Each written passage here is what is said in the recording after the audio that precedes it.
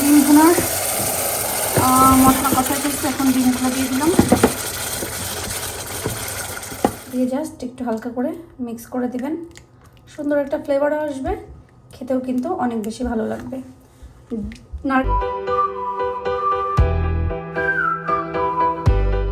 আসসালামু আলাইকুম, কেমন আছেন সবাই? আমরা আছি আলহামদুলিল্লাহ ভালো। বেশ ওয়েদারটা এখন অনেক বেশি আরাম শান্তি শান্তি। তো বিকালবেলা একটু গার্ডেনে এসেছিলাম, এসে একটু বাতাস উপভোগ করছি আর গাছের ডালপালা যা আছে এগুলো কাটার চেষ্টা করছি, কিন্তু কাটতে যে কি হবে, যে কোনোটা বেশি কেটে ফেলবো কম কেটে ফেলবো। আর তাছাড়া আজকে দিনটা কেমন গেছে ভিডিও দেখলে বুঝতে পারবেন। আজকে আমার হচ্ছে ডিমময় দিন, মানে ডিমের দিবস। পৃথিবীতে এত দিবস আছে, ডিম দিবস তো নাই। তো আমি আজকে ডিম দিবস উদযাপন করতেছি। প্রথমেই ডিম সেদ্ধ দিই। পৃথিবীতে যত ভাত ভাজি, ফ্রাইড রাইস, চাইনিজ রাইস, যত যা কিছু আসুক না কেন, ছোটোবেলার এই ভাত ভাজার মতন স্বাদ আর কোনো কিছুতে নাই। আপনারা কে কে এগ্রি করবেন বলেন তো, যে এই ভাত ভাজির মতন আর কোনো স্বাদ কি কোনো কিছুতে আসছে? আমার হঠাৎ করে সেই ছোটোবেলার মতন একটু ভাত ভেজে খেতে ইচ্ছা করলো। তো আমি শুকনো মরিচ, পেঁয়াজ, হলুদ, লবণ এখনো দিইনি, লবণ দিব একটু পরে। এখন যেটা করব, এর ভিতর আমি ডিম ভেঙে দিই। যত যেভাবেই খাই না কেন, এই ভাত ভাজির মতন মজা কোনো কিছু তো হয় না। এটা যেমন সহজ, খেতেও কিন্তু অনেক বেশি মজা।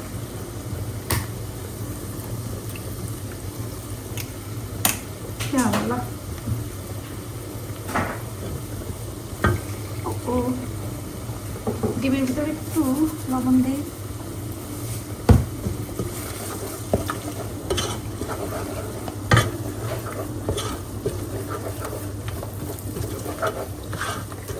পৃথিবীতে আমরা খুব সহজেই রান্না করতে করতে একটু গল্প করি আর কি।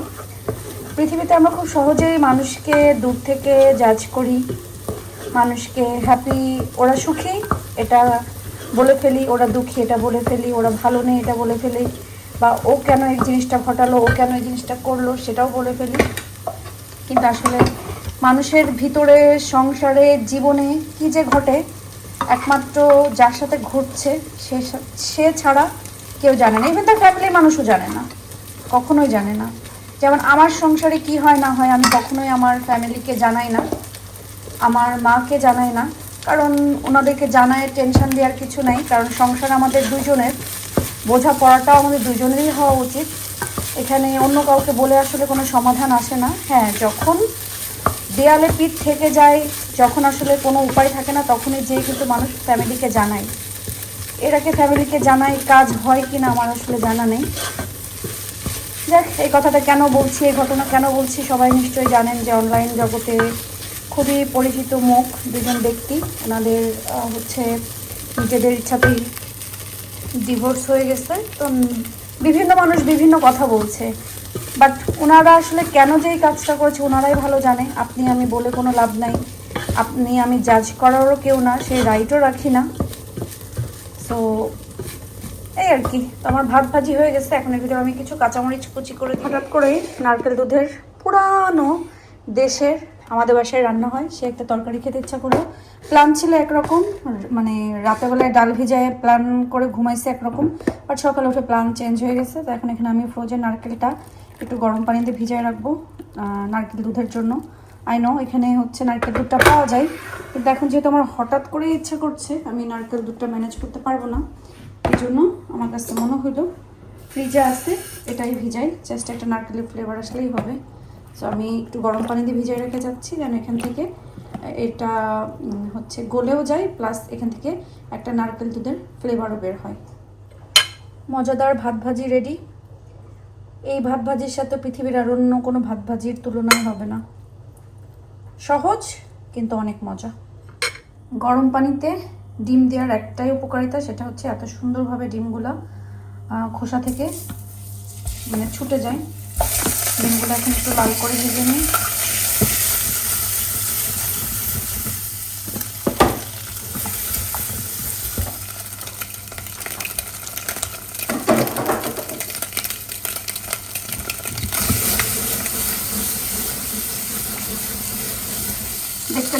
ডিমগুলো কিন্তু লাল হয়ে যাবে।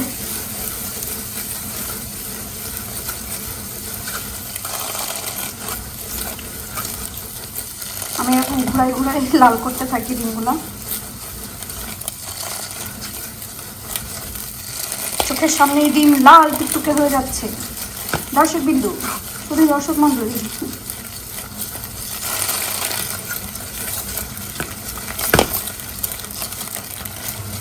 দেখতে দেখতে লাল টুকটুকে হয়ে গেছে আমার ডিম।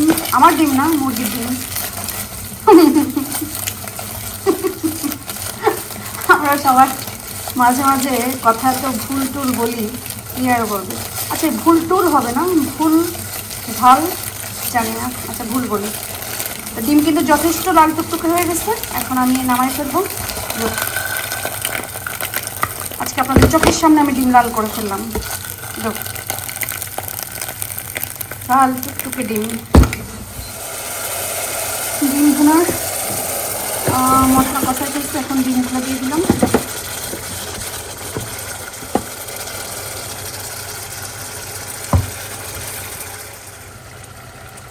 একটু ধনিয়া পাতা দিলাম।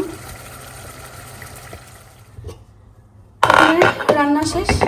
আমি আসলে কুকিং চ্যানেলের জন্য রান্না বানাতে বানাতে ব্লগে দিতে ভুলে গেছি। তো এখানে হচ্ছে বুটের ডাল দিয়ে নারকেল দিয়ে, বুটের ডাল, ডিম আর নারকেল দুধের একটা তরকারি রান্না করেছি, যেটা আমার অনেক পছন্দের। তো সেই আমার পছন্দের রান্নাটাই আমার কুকিং চ্যানেলে দিব। সো আপনারা যারা দেখতে চান বা রান্না পছন্দ করেন দেখতে, তারা আমার দিশাস কুকিংটা সাবস্ক্রাইব করতে পারেন। ইউটিউবে গেলেই সার্চ দিলে পেয়ে যাবেন। আমার রান্না শেষ বাংলাদেশ। এখন এখানে আয়াদের খাবারটা রেডি করবে, আর আমি কিচেনটা একটু গোছাই ফেলি। কাজের তো শেষ নেই, প্রচুর কাজ, যেদিকে তাকাই সেদিকেই কাজ। আহিল খেয়ে আহিল রিভিউ দিবে যে এটা আসলে কেমন হয়েছে। একবার তো মুখে নিয়েছে।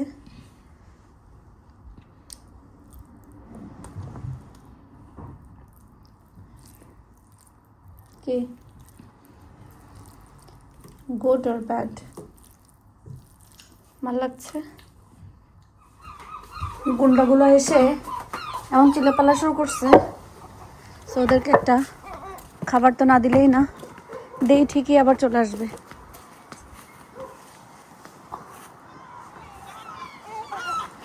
এখন আসবে আসছে।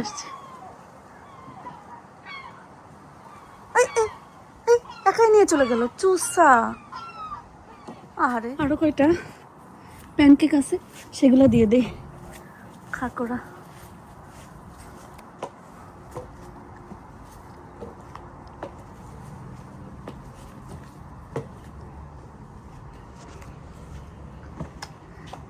চলে গেলে নিবে। বড়গুলো উঠে ফেলছি।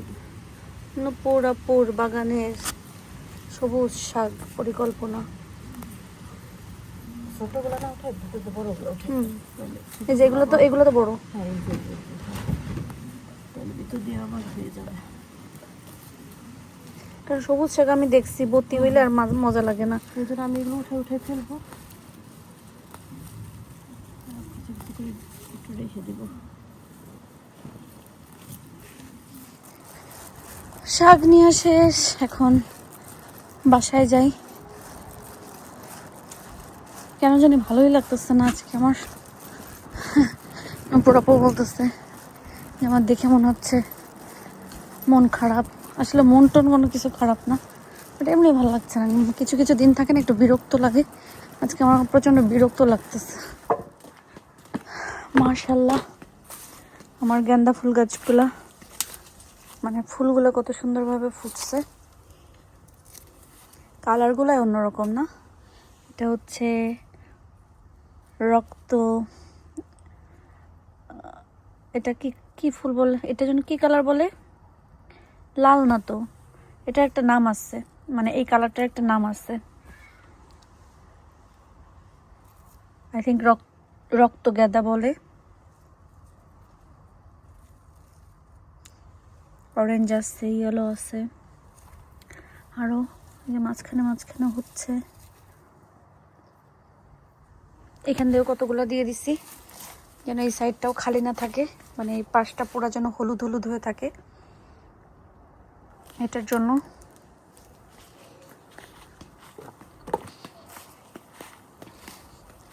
লাল শাক যা হয়েছে এর ভিতর থেকে কিছু কিছু উঠাই নিব, আর নিয়ে আজকে নুপুরাপুর ওখান থেকে যে শাক নিয়ে আসছে ওর সাথে মিলাই রান্না করে ফেলবো। আর নতুন যে আমি লাগাইছিলাম সেগুলো উঠছে, এখানে ছোট ছোট যেগুলো ছোট থাকতেই টান দিয়ে দিয়ে উঠাই ফেলি, এগুলো বাঁচতে বাঁচতে জীবন চলে যায়।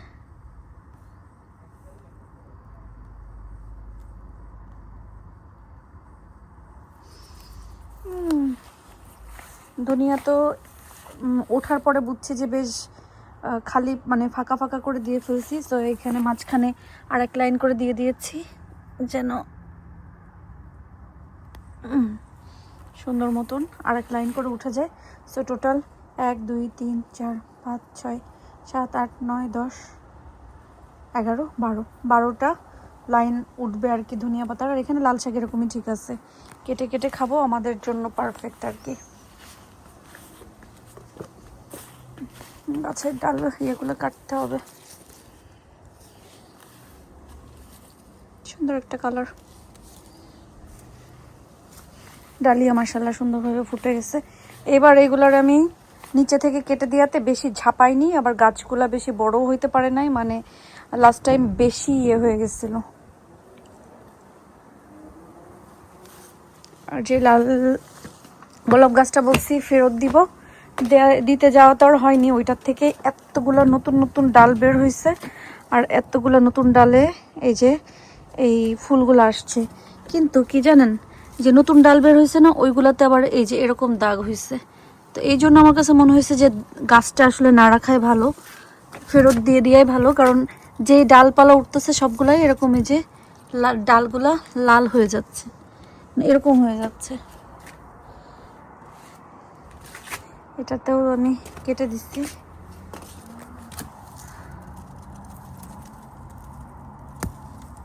খামাখা এগুলো রাখলে গাছের শক্তি যাবে গা। আগে বলছে পেঁপেস খাবে, পেঁপেস নিয়ে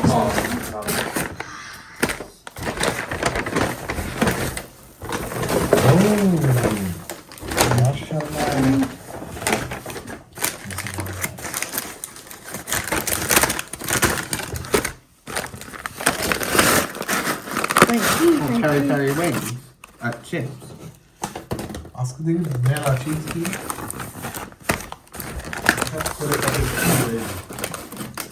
নর্মাল চিজ।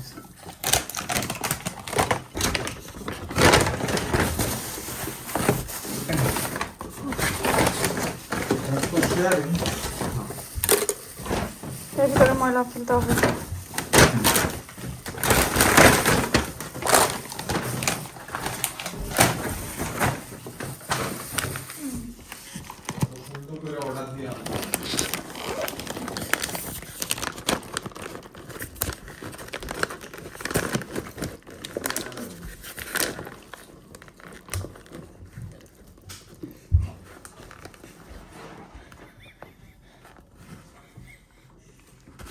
সবগুলো একসাথে দিয়ে দিছে।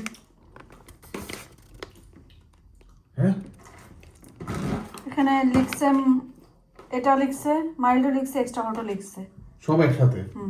ওমা, এটা ওর কোন স্টাইলে দিল এরকম কাহিনী তো। আলহামদুলিল্লাহ ভালো একটা দিন পার করেছি, বাট আজকে আমি সুপার টায়ার্ড। আমি এখন ঘুমায় যাব, বাজে কয়টা 10টা, প্রচণ্ড ঘুম আসতেছে। সো আমি ঘুমায় যাব, আজকে আর বেশি লেট করব না। লাস্ট 2 দিন আমি আর্লি ঘুমাবো করে অনেক দেরিতে ঘুমিয়েছি, কিন্তু আজকে আর এটা করা যাবে না। কারণ আমি হচ্ছে দুলে দুলে বেড়াচ্ছি, তারপরেও কিছু কাজ সংসারের করা তো লাগেই, করতেই হবে, যেটা একেবারে না করলে না সেগুলোই করেছি।